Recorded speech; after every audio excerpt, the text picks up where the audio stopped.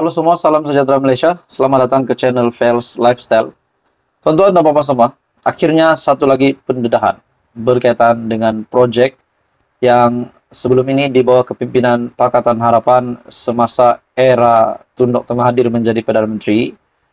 Projek tersebut adalah bernilai RM500 juta dan semasa Perikatan Nasional yang menjadi kerajaan, projek tersebut telah dinaikkan sehingga RM654 juta dan terdapat tanda tanya kenapa projek itu tiba-tiba dinaikkan nilainya. Akhirnya, dalam satu kementerian di dalam kerajaan, pendedahan terkini berkaitan dengan Kementerian Sumber Manusia yang digesa, jelaskan Kerajaan Perikatan Nasional beri projek RM654 juta tanpa tender.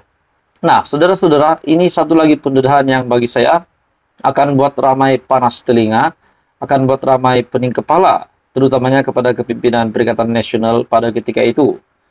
Dalam satu artikel yang mengesahkan, KSM, Kementerian Sumber Manusia, digesa untuk memberi penjelasan berhubung isu pemberian kontrak pembinaan pusat rehabilitasi neuro, robotik, dan cybernik kebangsaan pertumbuhan keselamatan sosial ataupun Perkeso yang bernilai RM654 juta di Ipoh, Perak tanpa tender, terbuka atas alasan menjimatkan massa.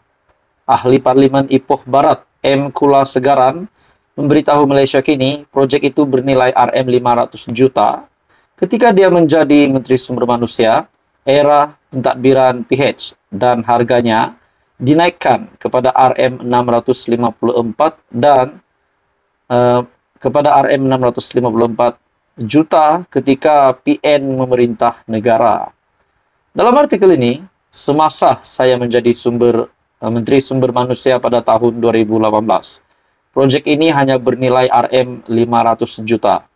Pada masa itu, saya memastikan Perkeso memperoleh tanah kerajaan supaya harganya jauh lebih murah dan kami telah mengadakan banyak penglibatan dengan Perbadanan Kemajuan Ekonomi Negeri Perak ataupun SEDC dan akhirnya memperoleh tanah itu di Bandar Baru Meru di Ipoh. Semua ini dilakukan secara telus dan terbuka. Tapi tender RM654 juta ini dilakukan semasa pemerintahan Perikatan Nasional. Nah, bagi saya ini satu lagi pendedahan yang mengejutkan Muhyiddin Yassin yang memimpin negara pada ketika itu, memimpin kerajaan pada ketika itu Tan Sri Muhyiddin Yassin dan kepimpinan dari Perikatan Nasional. Jadi, saya minta Kementerian Sumber Manusia, KSM dan Perkeso jelaskan kenapa kenaikan mendadak itu. Apakah kos tambahan yang telah Anda keluarkan? Apakah kemudahan tambahan yang Anda bina dengan wang tambahan itu soalnya? Malaysia Kini telah menghubungi KSM dan Perkeso berhubung dakwaan ini, namun masih belum mendapat maklum balas lanjut. Pada 24 Mei, KSM dalam jawapan terhadap soalan Kula Segaran di Parlimen berkata, projek tersebut diberi keizinan untuk perolehan secara rundingan terus oleh lembaga Perkeso pada 23 Februari 2022. KSM memaklumkan perolehan projek itu dimuktamadkan pada 1 April 2022 dengan kos sebanyak RM654 juta atas sebab penjimatan massa. Jadi saudara-saudara, adakah ini satu lagi salah laku? Kalau ini benar dapat dibuktikan adalah salah laku, sudah pasti yang perlu menjawabnya adalah kepimpinan Perikatan Nasional pada ketika itu. Jadi apa komen Anda? Teruskan bersama di dalam channel ini untuk info yang seterusnya. Info padu, info hangat disediakan di dalam channel ini. Anda boleh tekan butang like, Anda boleh share video ini, dan tekan butang subscribe. Halo semua, salam sejahtera Malaysia. Selamat datang ke channel Fels Lifestyle. Tuan-tuan dan bapak semua, saudara-saudara yang saya hormati sekalian. Satu kejutan besar, satu pendedahan terkini berkaitan dengan rasuah RM11 juta yang melibatkan salah satu ahli parlimen dalam kerajaan. Nah, saudara-saudara, tuan-tuan dan bapak, seperti yang kita tahu, Datuk Seri Anwar Ibrahim adalah seorang pemimpin yang memang benar-benar tidak suka ataupun benci dengan segala aktiviti berkaitan dengan rasuah. Nah, pada akhirnya berkaitan dengan case rasuah salah satu ahli parlimen dalam kerajaan, yaitu pengerusi DAP sendiri, Lim Guan Eng. Akhirnya satu pendedahan yang mengejutkan Lim Guan Eng dan istrinya, di mana rasuah Rm11,6 juta ini yang melibatkan nama Lim Guan Eng dan istrinya. Akhirnya peguam Lim Guan Eng buat satu pendedahan yang buat ramai panas telinga. Akhirnya, peguam mahu kes rasuah dan pengubahan wang haram Guan Eng dan istri dibuang. Jadi apa persoalan yang bermain di pikiran saya adalah sekiranya Lim Guan Eng dapat dibuktikan bersalah, sekiranya benar-benar Lim Guan Eng dapat didedahkan bahwa beliau dan istrinya memang terdedah dengan salah laku ini, apakah beliau akan dipecat? Apakah beliau mungkin akan dikenakan tindakan undang-undang? Apakah beliau ditangkap? Nah, itu menjadi persoalannya. Akhirnya peguam Lim Guan Eng mahu kes rasuah dan pengubahan wang haram Guan Eng dan istri dibuang.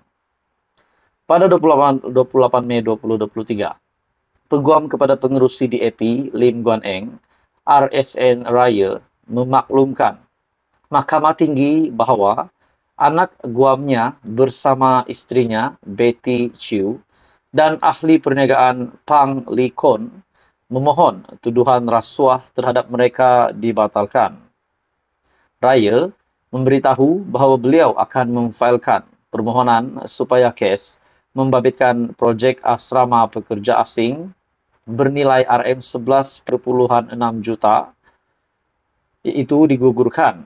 Katanya pihak pendakwaan menggunakan keterangan daripada kes jenayah terdahulu membabitkan pembelian banglo oleh Lim di Jalan Pinhon, walaupun beliau dilepaskan pada tahun 2018. Jumaat lalu, Lim, Chiu dan Pang hadir untuk perbicaraan di Mahkamah Tinggi dan mengaku tidak bersalah terhadap tuduhan-tuduhan berkenaan. Mereka didakwa mengikut Akta Pengubahan Wang Haram, Pencegahan Pembiayaan Keganasan dan hasil daripada aktiviti haram 2001 dan Akta Suruhanjaya Pencegahan Rasa Malaysia SPRM 2009. Pesuruh Jaya Kehakiman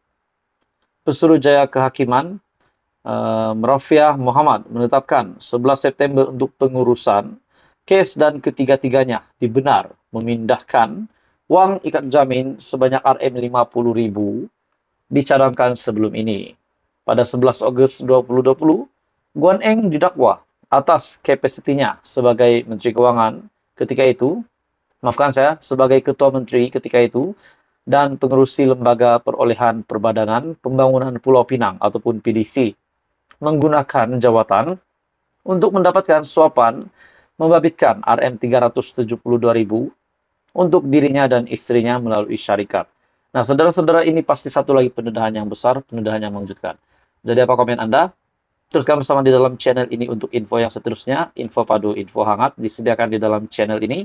Jangan lupa tekan butang like, share, dan subscribe.